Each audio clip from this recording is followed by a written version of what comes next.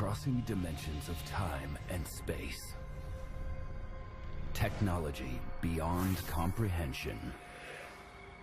They are watching. They are waiting. We're not having nightmares. This has got to be real. They are already here.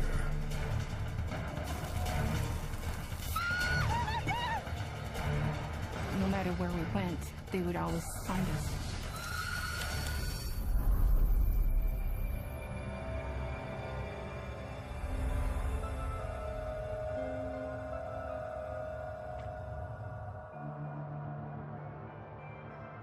Aldergrove, British Columbia. Located in the fertile Fraser Valley, it's an average working-class town where everyday life is simple and good. When my husband and I split up, then I decided that I wanted a better life, a quieter life for my children, somewhere where I felt they would be safe. So decided to look at Aldergrove and move there. It's very cunning indeed. The night of July 17th, 1991 started just like any other. The kids were in bed, they were asleep, and I had a friend who came to visit me. He'd actually talked about marriage at that point. Thank you. There you go. Oh, that's the way I like it. It was quite warm, so we decided to go outside on the back patio just to have our tea out there. It's a nice, beautiful, summer night. Oh, beautiful night. Oh, it's nice out here. Your scalloped potatoes are incredible. Thanks, it's the cream. And I remember all of a sudden feeling this strange humming in my abdomen. And I said, "Do you feel that?" He said, "Yes, I was going to ask you if you felt that." Okay, what is that?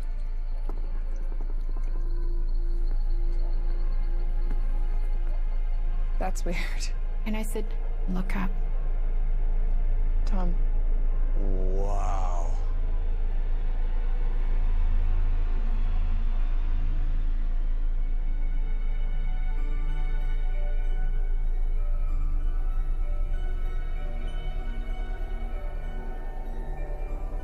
This thing was about the size of a football field, if not bigger. It was cloaked, and I say that because the only way that you could see the exact shape of it was that it blocked out the stars. That's crazy. There were no lights, no sound, and it was just floating along, and then it stopped dead on a dime. Felt claustrophobic, and I said, "Well, is it going to stop coming down?" He couldn't handle it. This is dangerous. We should go inside. Come on. Let's go inside. "I'm out of here. I'm going inside, and you'd better come in with me." He ran inside. I stayed there. To me, it felt like maybe 2 minutes, 3 minutes at the most, and I was just watching it. And then it was there, and then it wasn't.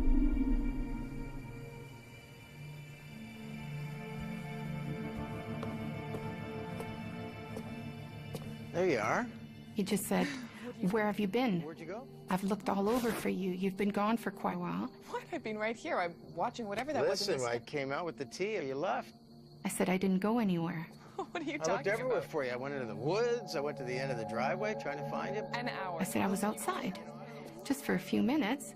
And he said, "No, you've been gone over 45 minutes. I said, "That's impossible." Tom, I've been standing right here looking up at whatever that was in the sky. Yeah, for I'm telling you, I was only out there 2 or 3 minutes. I think you're just, a little nervous about this thing you saw. And he said, "No." He said, "Look at the clock." I thought I should stick around because the kids would be by themselves while you were gone. You've been gone almost an hour, 45 minutes. And he said, "I didn't know what to think." And you just disappeared. There's no explanation. I've been standing here the whole time, Tom. Tom, you went inside, you put the teacups down. I have been standing here. This disappearing act is just not, it doesn't What work. are you, Tom? I had no idea where I'd been. After that happened, he never came back again. I got a phone call, "I'm sorry, goodbye." Yeah. And it's like, okay, well, what do we do with this now? What we witnessed was this huge boomerang-shaped ship. It was probably over the size of a football field big. And who do I tell? You're not sure you want to contact somebody and tell them about it because you don't want to be ridiculed. But things didn't match up. Things weren't right.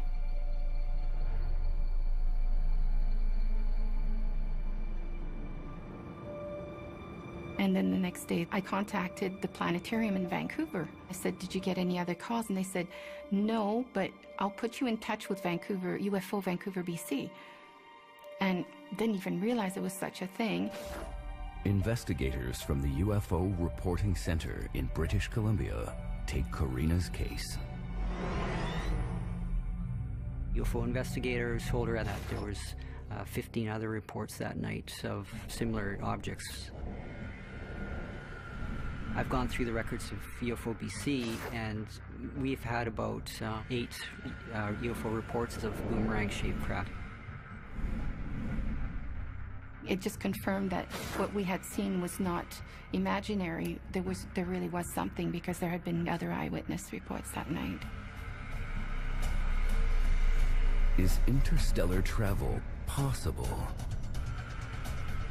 Astrophysicist Dr. Jamie Matthews is the mission scientist in charge of Canada's first space telescope.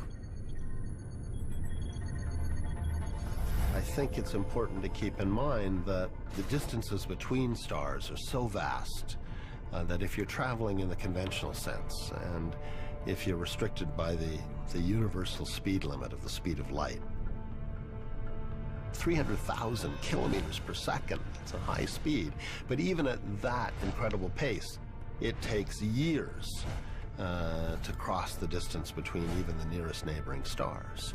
Our fastest space probes would take tens of thousands of years to reach the nearest neighboring star. So if people had a real intuition for interstellar distances, they would probably think more carefully about how likely it is that aliens are traversing those distances to visit us, and how often they would do it. I'm not saying it's impossible, but it's not as easy as it looks. What if interstellar travel isn't the only way aliens visit Earth? You know, maybe if we have visitors, they're not coming from another place in our three-dimensional spatial universe. Maybe they're coming from another set of dimensions within a much larger multiverse. There could be many, many dimensions of space and time, of which our 3 spatial dimensions and our 1 temporal dimension are just a subset of them. But if you're going to connect across dimensions, you need to somehow tear a hole in the geometries. If creatures have found a way to do this, then they have developed a very sophisticated technology. If it's happening by accident, they found some natural phenomena that we have not yet encountered. I didn't know what to believe. I realized that there was something very strange happening. There's 1, 2, 3 a year that really stand out, like the one with Corina, that really, demand more attention. This giant boomerang-shaped craft flew over them. Before that happened, though, everything went quiet. All the frogs stopped croaking, a dead silence. 45 minutes or an hour had gone by that wasn't accounted for. She doesn't recall what happened with that missing time. So where was she? I'm not sure what happened, what took place.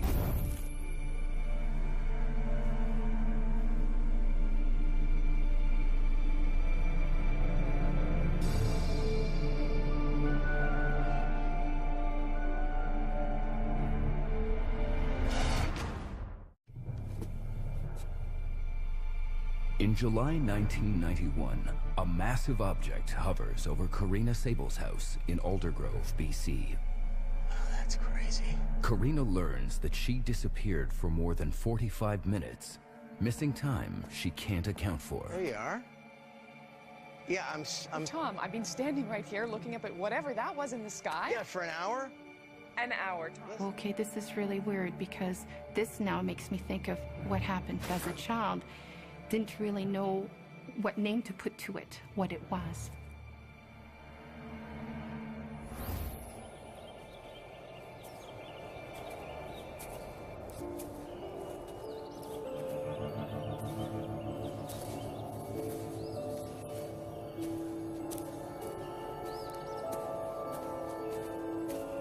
It was in October, close to Halloween, and little friends had come over and they said, you know, come out with us, we're going to go play in the forest.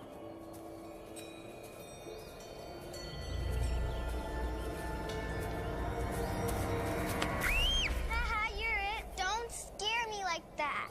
Somebody suggested we play hide and seek, and it came time for my turn, you know, to kind of hide up against a tree and try and find everyone else. 1, 2, 3, 4, 5, 6, 7, 8, 9, 10.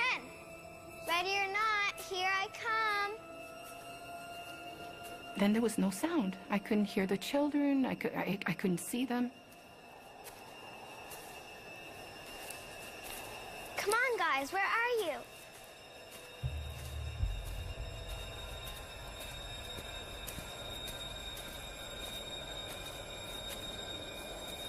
All of a sudden, it was like a strange, musty smell came around me. It kind of enveloped me.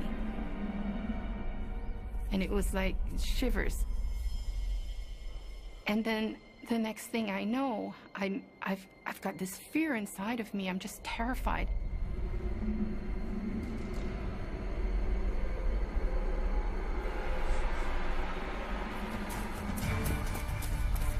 I don't dare look back to what's following me, but I know something's behind me.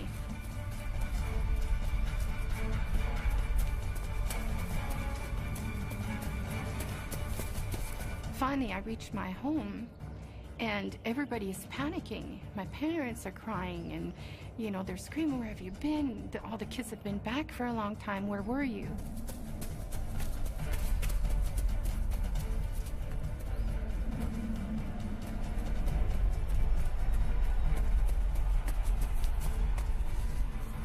To this day, I have no idea where I was or what happened, but I know that there was time missing.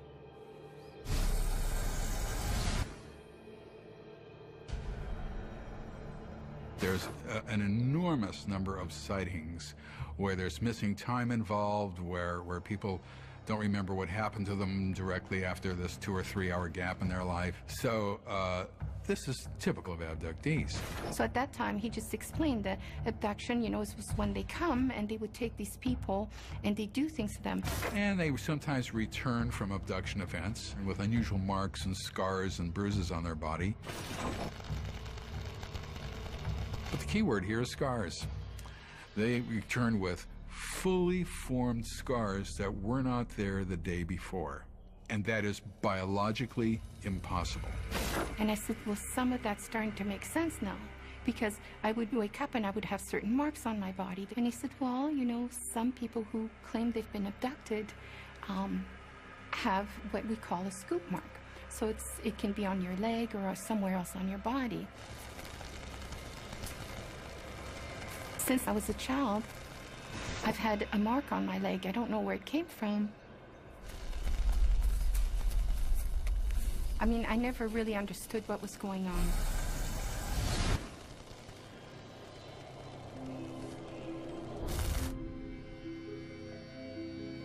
I went and saw a doctor, and I asked him to check it out to tell me what he thought it was.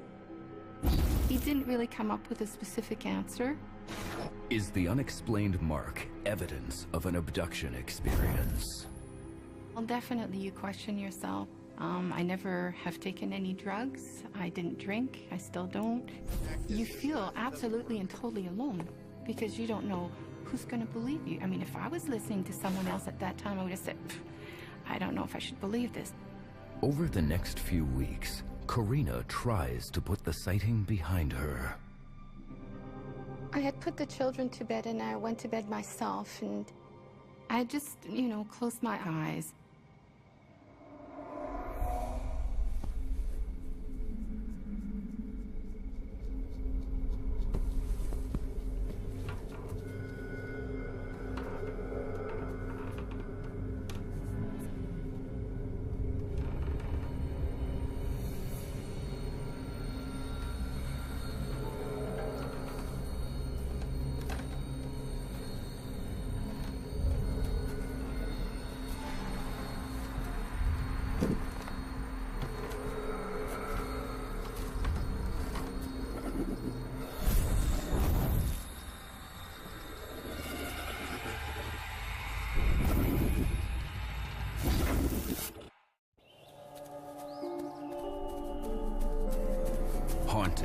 mysterious gaps in her life and unexplained marks on her body, Corina fears she may have been abducted by aliens.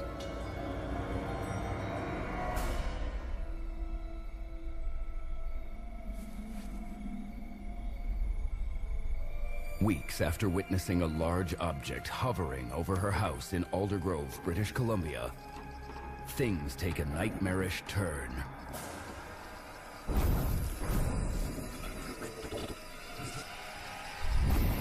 What I saw, literally, was this being, about 3 feet tall, I guess, pear-shaped head, kind of grayish color.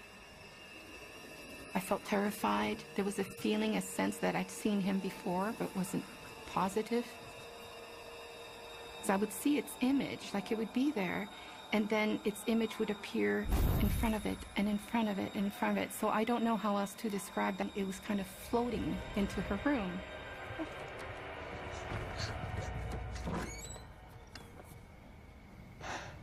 It's here, it's got to be here. I saw it come in here. But there was nothing, and my daughter was asleep. So I thought, oh boy, here we go. I've had a bad dream.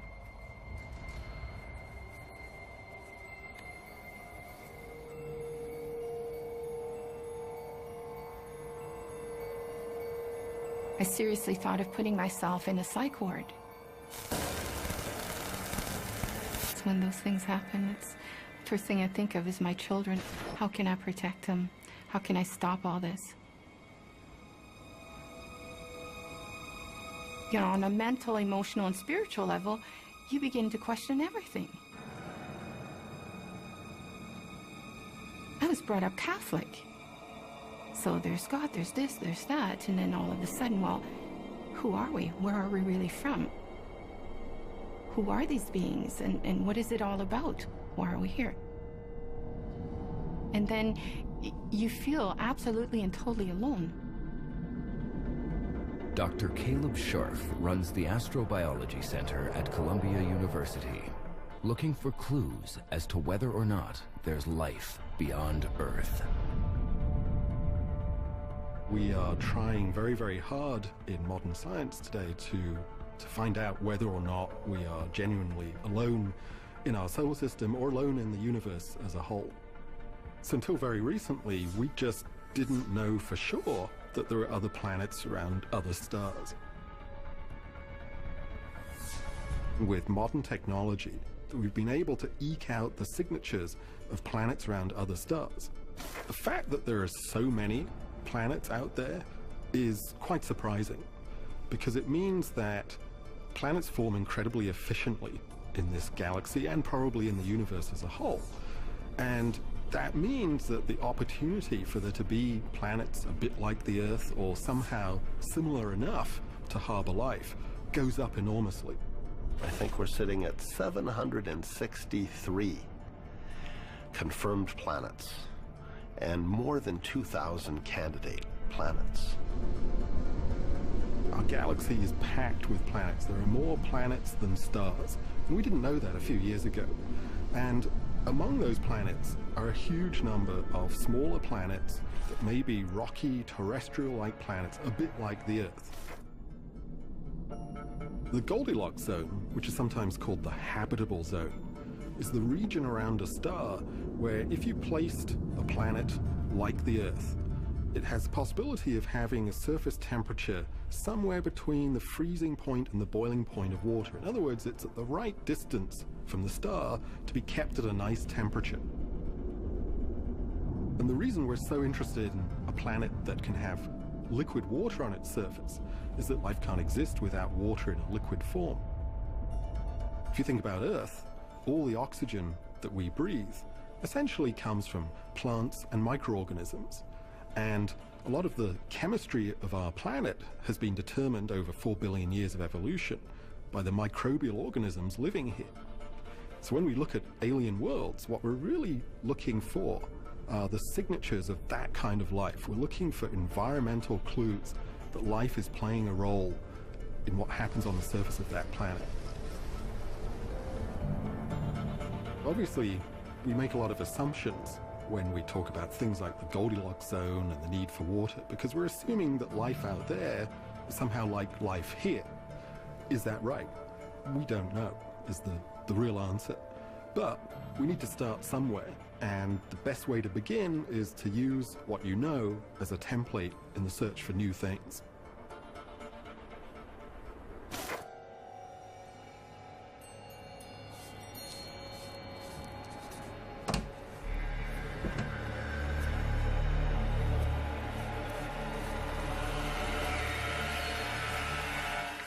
Grandma? What's this? Oh, that's the little white ghost. A little white ghost? Who are these beings, and what is it all about? Well, he comes into my bedroom sometimes, and he scares me a little bit, but he doesn't hurt me.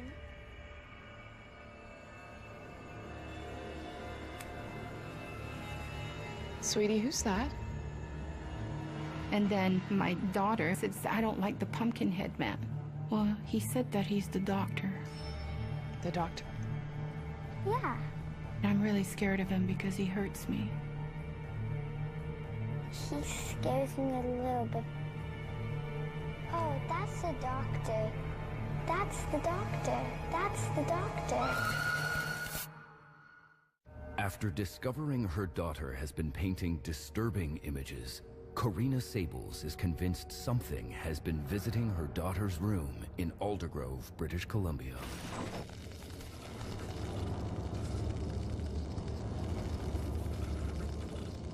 Our perception of aliens in writing, in film, in television is all governed by our perception of ourselves.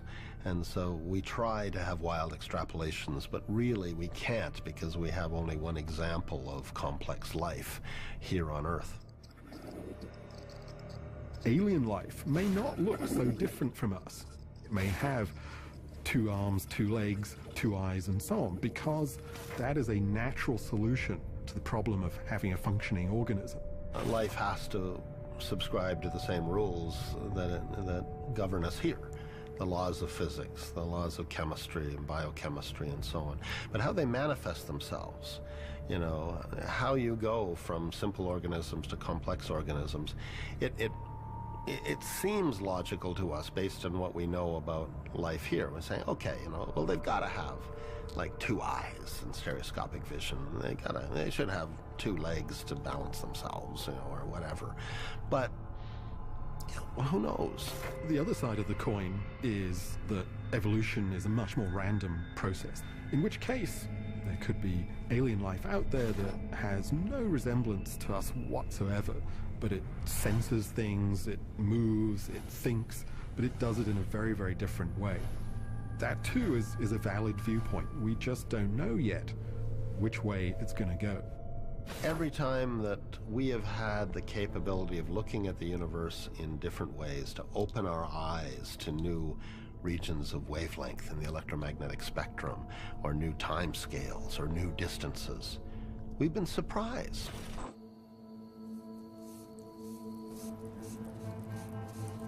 Oh, that's the little white ghost.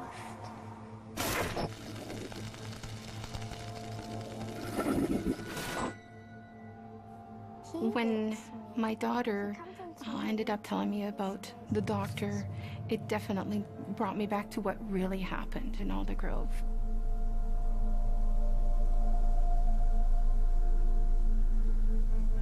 And all of a sudden, all these pieces of the puzzle were being put together.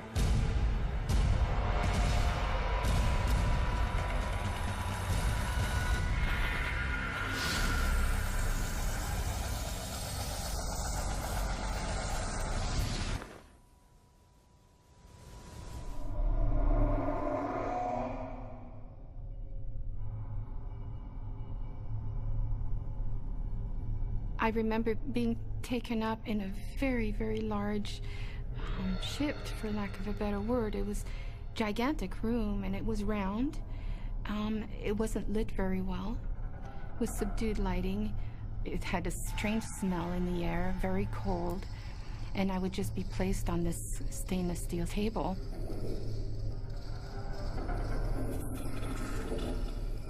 All of a sudden, to my left, this tall being with very bony structure started approaching me. He had a huge head, and it was kind of like lots of bone structure to his head. Large, black, almond-shaped eyes, slits for a mouth, no nose to speak of, no ears, very scrawny little body, and I remember feeling terrified. He didn't say it with his lips, I just heard in my mind. He said, "I'm the doctor." It was almost like, what's he going to do to me?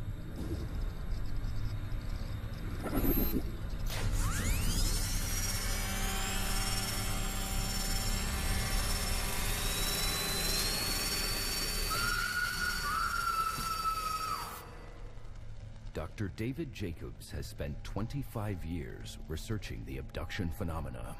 A typical abduction event is a person is taken out of their normal environment. They're then placed on this table and they have an examination of sorts. And I say of sorts because it's not a normal kind of examination.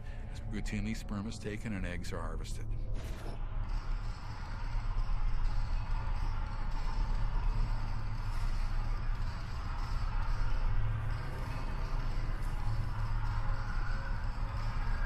There was another room that was there, and in this particular place, you could see hundreds of what looked like aquariums.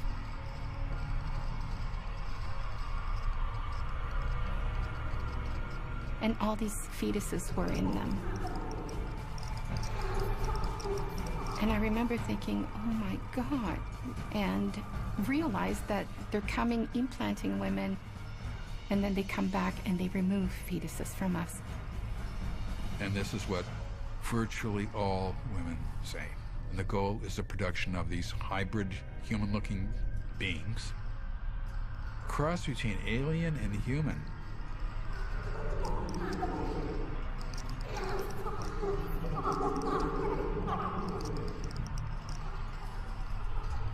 It all became very clear what was going on.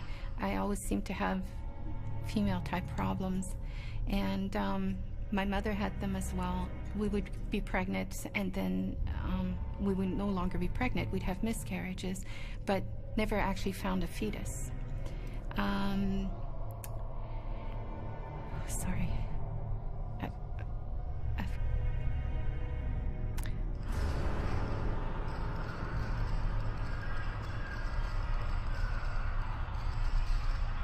And that's when I clued in that this is going from generation to generation.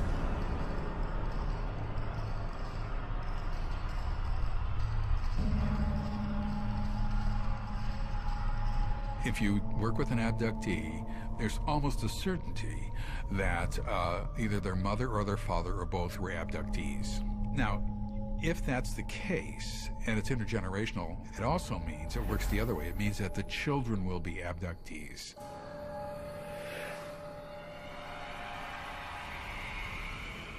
I think the worst thing was that realizing that this was really real. You know, that was terrifying. I was getting angry. I didn't want to believe this. How do we get away from them? What can I do? How can I stop all this? I have to do something to protect my daughter. I don't want something happening to her.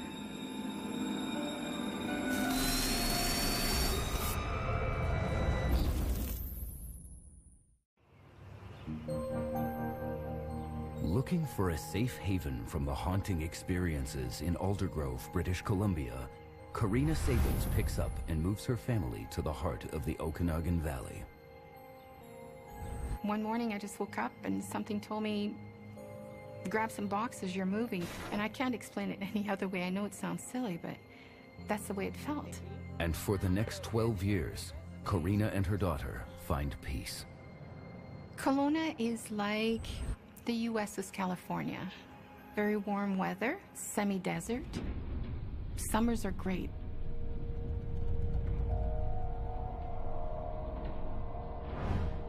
It's a good movie. She totally sounded English. A girlfriend of mine had come up from Vancouver to visit. I thought she was not bad. was about like 5 to midnight or something. It was quite late, and she was leaving the next morning. Yeah, she had a good accent. Suddenly she said to me, why don't we go stargazing? But I thought, it's really late. I don't think we're going to do this now. She was so insistent that I just gave in and said, okay, all right, we'll go. I haven't gone stargazing since the last time I saw you. It's so much better than makeup. There was no moon that night. No street lights where we ended up going. It was pitch black, beautiful stars out. So I pulled over on the right side. We parked. Here, look at this. Let's pull up right here. Okay. Oh, it's perfect. Okay. This is great. I know. Oh, it's beautiful in here, know. Shirley. Oh, my God. And I've got my 1.5 million candlelight checking for bears and cougars because they had sightings in that area recently. So nice. Yeah. It's good to be out. Oh, it is. Oh. All right.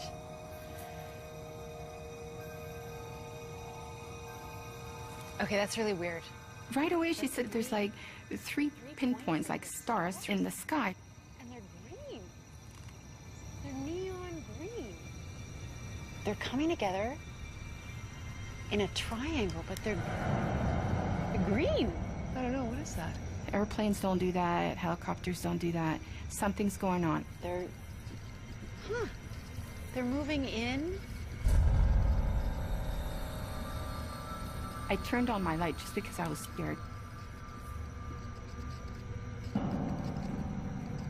When I first saw the eyes, I thought, okay, it's deer. And then reality checked in and I went, no, these aren't animals. This is something else.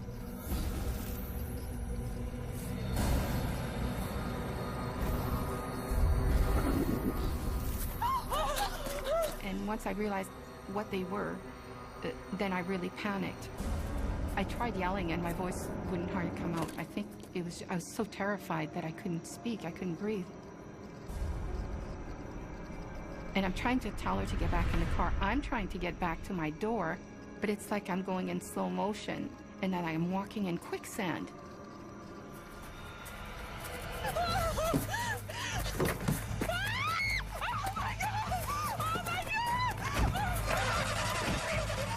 This thing's coming at me. I know it's going to come and get me. I have to get away.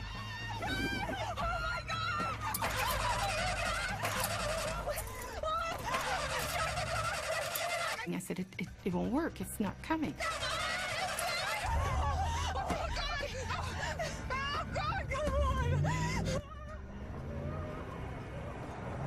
I don't believe what just happened. What's going on? What's going on? And then we just headed back towards town. Oh my God, we have to get away from them. What are you talking about? We have to get away. We have to get away. What are you talking about? God. Oh my God.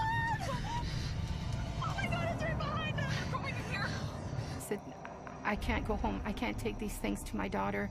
I said, I don't want something happening with her. I said, we have to keep going. We're going to go park somewhere and wait till this thing leaves. I went down the road further, up the mountain, where all these orchards are. What are you doing? So we looked to the back of the car to see if we could see it through the back windshield, but we couldn't see it.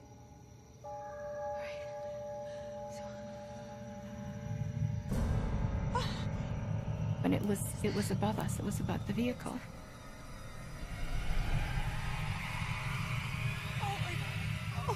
Oh my God. I've got this weird feeling like I've walked through a wall of electricity, that every hair on my body is standing up.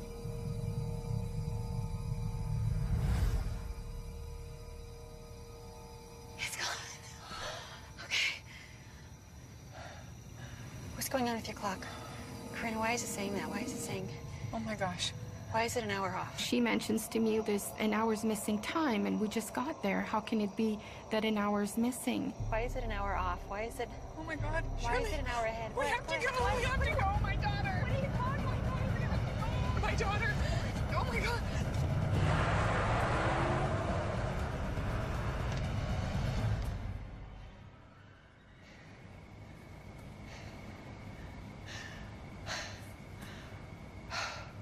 Everything seems fine, and my daughter was asleep.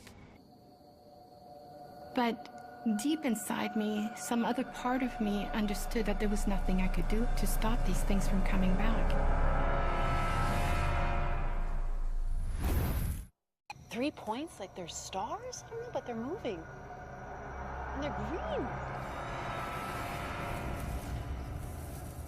On July 27th, 2003, Corina Saebels and her friend experience a terrifying close encounter with aliens.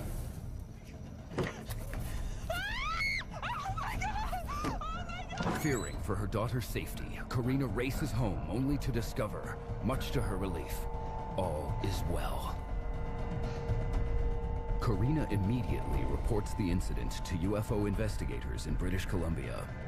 And she learns from ufologist Brian Vike that she and her friend aren't the first to report the sighting. You had over 200 witnesses for one event that actually took place on the 27th of 2003, July 2003. It was an amazing event. The phone never stopped. What he said was, we've had a lot more sightings. You know, people have eyewitness reports.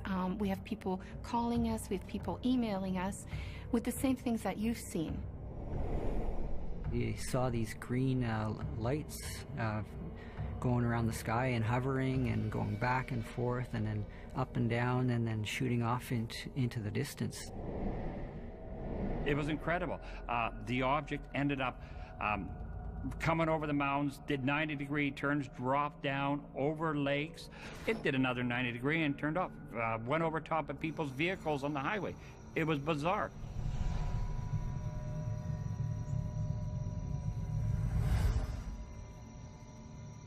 Dr. Dow Stein studies atmospheric phenomena that are sometimes mistaken for unidentified flying objects.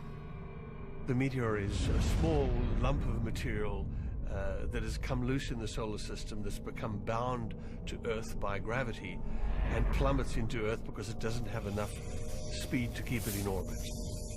As it plummets to Earth, it eventually interacts with the atmosphere and burns up.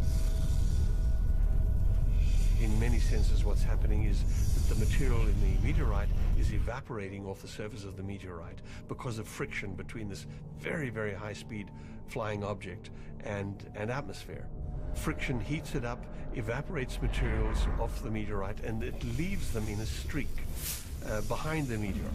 Behind that, you very often see a green streak. So you'll see the meteorite head, a white streak behind it, and then a green zone, and then eventually darkness. And that'll always be in pretty much a straight line. Who knows what height it was, how low it was, whether it was a large fragment or a small fragment low down. But any meteorite fragment would be illuminated by the light from the energy of the meteorite. But Corina and her friends saw more than one neon light in the sky that evening. There were 3 of them, and they were positioned in a triangular formation and kind of going around, moving in strange directions. Some skeptics want to say, well, you know, it could be this, it could be that. But we were fully awake, lots of eyewitnesses. It was so fast, it was unbelievable.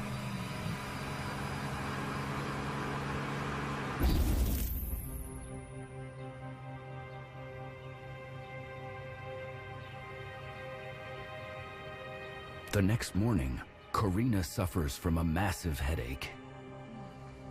I'm just sitting there trying to figure out what happened the night before. Morning, Shirley. My friend gets up and she said, you know, I really don't feel well this morning. She said, something's wrong. How did you sleep last night? I don't feel well at all.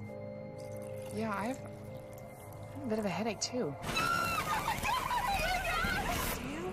Yeah, I just feel like there's something wrong. A headache, I feel... Big excitement last night, maybe? I don't know.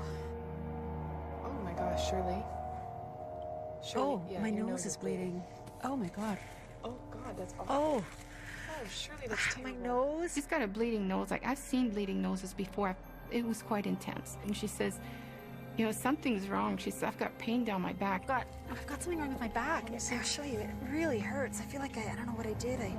It's a bruise or something. Oh, jeez. Shirley, you're burnt. You have a burn on your back. And it was a big circular, what looked like a radiation burn. Oh my God, it really hurts. How did you? I don't know.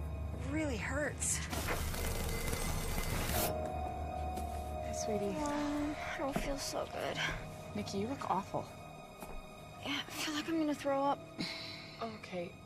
Oh my gosh, Nikki. Oh my God, maybe this. My daughter says, you know, Mom, she said, I think I've got the flu or something. I really feel like throwing up. And then her nose starts bleeding. I went, okay, this is not normal anymore.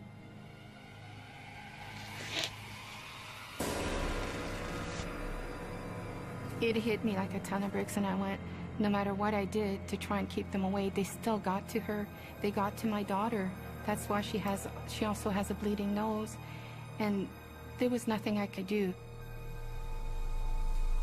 No matter where we went or how far we would go, they would always find us.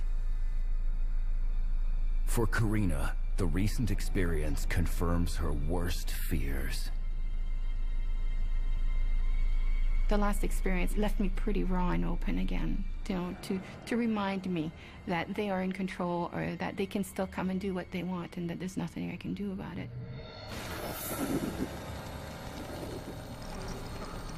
I can't stop them.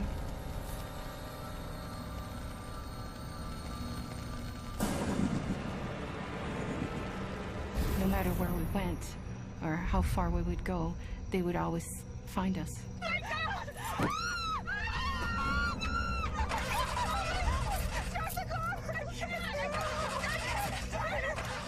They would always come back. Abductees lead very unusual lives. They know that a whole series of bizarre things have been happening to them. They live in fear. It's going to continue to happen. Stay up awake all night long. A lot of people can't go to sleep at all without the TV on, without lights on. Some people can't go to sleep without a knife or a gun underneath their pillow. So I wish more people would come forward and say that they're abductees, and we need them to do it en masse. I'm not here to try and prove or make people believe that these are real and this has really happened.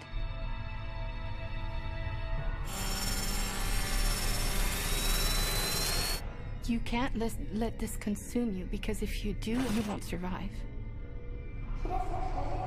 If I'm 50-something and I'm still here,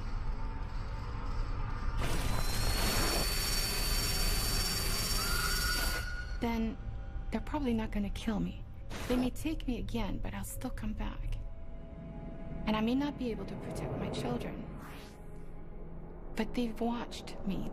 And because of the way that I've handled things, they are better able to handle what possibly will happen with their own children or grandchildren down the road. Who knows? We're not sure why they keep coming back, but they do come back, always. The crane. And I remember all of a sudden feeling this strange humming in my abdomen. And I said, do you feel that? He said, yes. I was going to ask you if you felt that. Okay, what is that?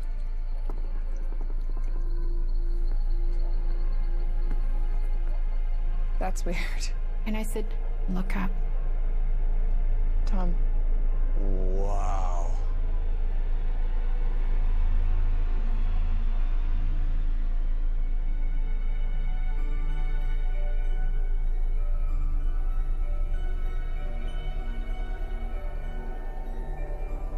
This thing was about the size of a football field, if not bigger. It was cloaked, and I say that because the only way that you could see the exact shape of it was that it blocked out the stars. I said I didn't go anywhere. What are you talking about? I looked everywhere for you. I went into the woods. I went to the end of the driveway trying to find him. An hour. I said I was outside, just for a few minutes, And he said, no, you've been gone over 45 minutes. I said, that's impossible. Tom, I've been standing right here looking up at whatever that was in the sky. Yeah, for I'm telling you, I was only out there 2 or 3 minutes. I think you're just, a little nervous about this thing you saw. And he said, no. He said, look at the clock. I thought I should stick around because the kids would be by themselves while you were gone. You've been gone almost an hour, 45 minutes. And he said, I didn't know what to think. And you just disappeared. There's no explanation. I've been standing here the whole time, Tom. Tom, you went inside, you put the teacups down. I have been standing here. This disappearing act is just not, it doesn't work. What are you, Tom? I had no idea where I'd been. After that happened, he never came back again. I got a phone call, I'm sorry, goodbye. Split up, then I decided that I wanted a better life, a quieter life for my children, somewhere where I felt they would be safe. So decided to look at Aldergrove and move there. It's very cunning indeed. The night of July 17th, 1991 started just like any other. The kids were in bed, they were asleep, and I had a friend who came to visit me. He'd actually talked about marriage at that point. Thank you. There you go. Oh, that's the way I like it. It was quite warm, so we decided to go outside on the back patio just to have our tea out there. It's a nice, beautiful, summer night. Oh, beautiful night. Oh, it's nice out here. Your scallop potatoes are incredible. Thanks. That's crazy. There were no lights, no sound, and it was just floating along, and then it stopped dead on a dime. Felt claustrophobic, and I said, well, is it going to stop coming down? He couldn't handle it. This is dangerous. We should go inside. Come on. Let's go inside. I'm out of here. I'm going inside, and you'd better come in with me. He ran inside. I stayed there. To me, it felt like maybe 2 minutes, 3 minutes at the most, and I was just watching it. And then it was there, and then it wasn't.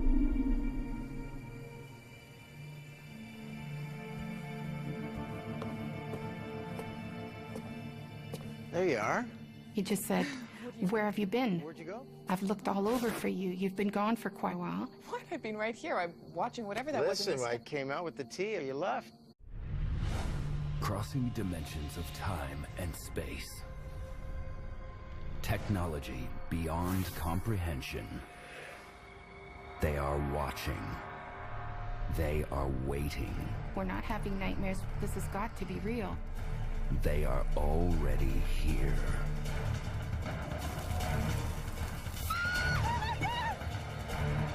No matter where we went, they would always find us.